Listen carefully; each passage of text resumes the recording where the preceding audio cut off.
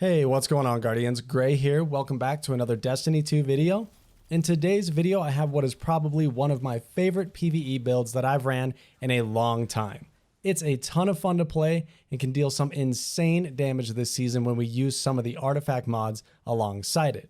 We're going to dive into it and cover every detail of the build, but first, if you guys enjoy the video, do me a favor and click that like button down below, as it helps more people discover the video and greatly helps out the channel.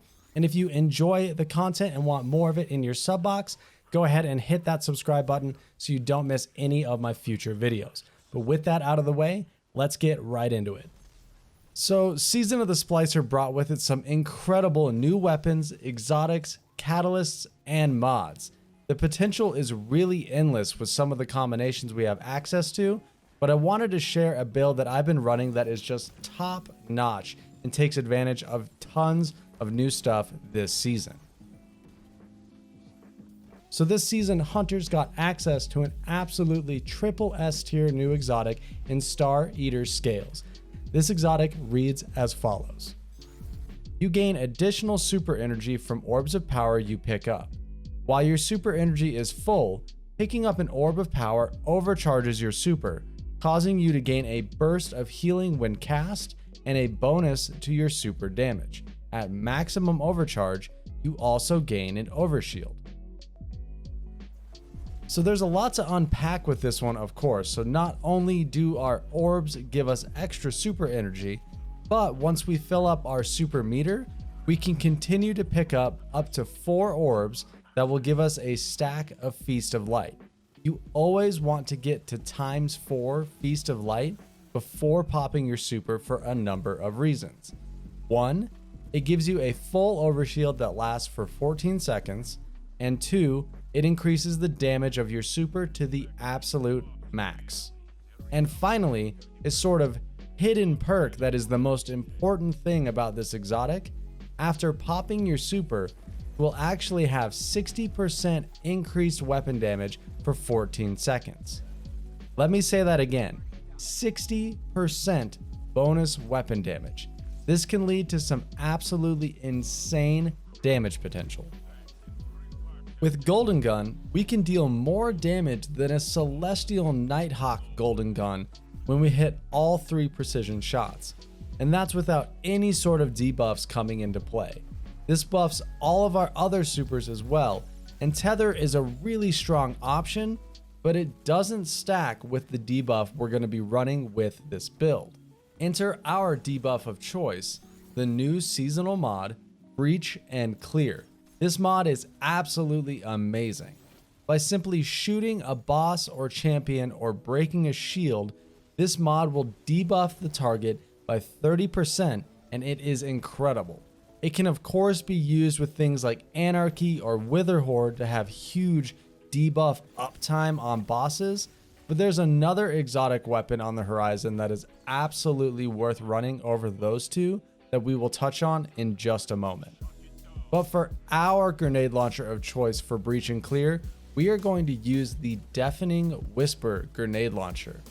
This came from Season of the Hunt, and it is an absolute top tier special weapon choice this season for a number of reasons. Of course, Breach and Clear being one of them, but the other one is the fact that it is a void damage weapon, which is great due to another artifact mod this season, Warmind's Decree.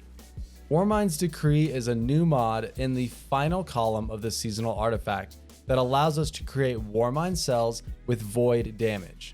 So by throwing this on, it allows us to now create Warmind cells and debuff bosses and champions all with one weapon. It's amazing. The next piece of this build is an old exotic from back in Shadowkeep.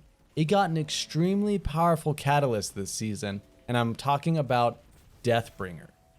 This exotic rocket launcher has skyrocketed up to S tier due to the new catalyst. The catalyst can drop very easily from strikes this season, so definitely go scoop it up if you haven't already. The catalyst makes it so the damage of Deathbringer ramps up much quicker, reaching max potential much sooner. It deals crazy damage and can be buffed by all of the different mods and exotics that we are already using. The final piece of our weapon loadout lies with a pair of kinetic weapons that complement this build perfectly and lend themselves perfectly to the seasonal mods on offer this season. I'm talking about the 7th Seraph Carbine and the 7th Seraph Officer Revolver. While they're not the most exciting kinetic primaries in the world, they serve a fantastic purpose with this build. Both of them can be used for either anti-barrier auto rifle or overload hand cannon this season, and if that wasn't enough, they will also generate Warmind cells as an intrinsic property of the weapon. Fantastic pairings for this build. The artifact has some really great offerings, and this season we can snag a few Charged with Light mods that have increased benefit in the fact that they are now neutral element, 1-cost mods. These two mods are Argent Ordnance and Blast Radius. They pair together nicely, giving us charges of light from multi-kills with either our grenade launcher or rocket launcher, and Argent Ordnance will give us a nice 20% damage buff on Deathbringer. Definitely scoop these up off the artifact. But other than that, starting from the leftmost column on the artifact, we are going to need anti-barrier auto rifle and overload hand cannon. Then you will want to snag grenade launcher scavenger and rocket launcher scavenger. Then of course, as we mentioned, blast radius and Argent Ordnance. You can snag other mods in here, of course, if you need to get into the next columns, but in that 4th column, we will absolutely need unstoppable grenade launcher. And finally, in that final column, we are going to want breach and clear and Warmind's Decree. Did you get all of those? I know it's a long list of mods here, but don't worry, we are going to put it all together piece by piece. I'll try to make it simple by just showing the combat mods I have equipped. Once you have all of these slotted in, it will be up to you to decide what stat mods and ammo mods you want to run for your weapons. Whatever you have room for will work, but luckily a lot of these mods are universal, meaning that they can be equipped on gear of any element. So just to recap, the overall build will require the following mods. You're going to need 1 overload hand cannon, 1 anti-barrier auto rifle, 1 unstoppable grenade launcher. You'll need breach and clear, blast radius, or taking charge. You can sort of swap these out depending on your preference. Then we'll need Argent Ordnance, Warmind's Decree, and Global Reach. Go ahead and rewind the video if you need to catch that list of mods. It's got everything we need on it, and most of those mods, like I said, can be slotted on any piece of gear. It's really pretty nice, actually. Once you have all of these mods equipped, you are ready to rock at this build's full potential. Of course, like I mentioned, flush out your gear with ammo reserves and scavenger mods, and then any stat mods that you can squeeze in. I like to make sure all of my abilities have a somewhat decent cooldown. So now that we have all of our mods selected, let's put it all to work. And a quick note, you will always run unstoppable grenade launcher on your arms, and you will simply swap between either anti-barrier auto rifle or overload hand cannon whenever needed. The plus side is that both kinetics we are using will be generating Warmind cells on top of being anti-champion weapons. It's really nice. So now for the really fun part. Thank you for your patience for getting this far. This is where the build all comes together. Putting together absolute max damage potential with this build is so much fun. I'll sort of break down what you want to do, and I'll try to show some examples in the background. This is just an on paper example, and as long as you understand all the different components of the build, you will always be doing crazy damage. For absolute maximum single target damage on bosses or champions, the rotation is as follows. Step 1, you're going to fire Deafening Whisper to debuff the boss with breach and clear. Step 2, you're going to fire and hold Deathbringer until it's directly above the boss.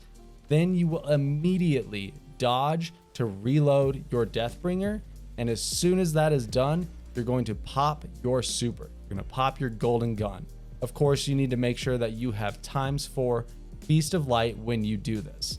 Not only will that give us maximum super damage on the golden gun, but it's going to buff the damage of Deathbringer as it falls because of Star Eater scales, giving us that 60% weapon damage buff. It's really awesome. And then as soon as you have finished your super and hit all 3 shots, you'll immediately pull Deathbringer back out, fire another shot above the boss, and switch back to Deafening Whisper to maintain the debuff. Did you catch all that? All we're doing is making sure that the boss stays debuffed by breaching clear, popping our super, and nailing them with Deathbringer. It does absolutely crazy damage this season, and it's a really fun rotation once you nail it all down. It's sort of hard to line it all up. There's really not a lot of places in the game where something can survive this much damage, but the 6-man activity override is a fantastic place to go and try this out. You can really line up everything here, just like I was explaining it. And that's sort of the insane damage potential of this build. You can utilize any element of this rotation freely as needed, but then you can also put it all together for some crazy burst damage. This build really has it all. We have anti-champion mods for any situation, as well as massive damage on tap whenever we need it. It's definitely one of my favorite all-time builds, and I'm going to be running this in Day 1 VOG as well as the rest of the season. I plan on doing a quick video later this week showing the builds I'll be running for Day 1 VOG, so be sure to get subscribed so you don't miss that video, as well as the Day 1 stream while my clan and I conquer Vault of Glass. Special shout out to my good friend and clan leader Artem, who helped me meticulously craft this build. I hope that you enjoy it as much as the two of us do, as it's truly a unique and fun new type of build that puts hunters at the absolute pinnacle of PvE damage. If you guys have any questions about any aspect of the build, leave it down in a comment below and I will be sure to respond. And of course, if you guys enjoyed the video, a like below is also greatly appreciated. Thank you guys so much for stopping by and have fun with this insanely powerful build. Peace.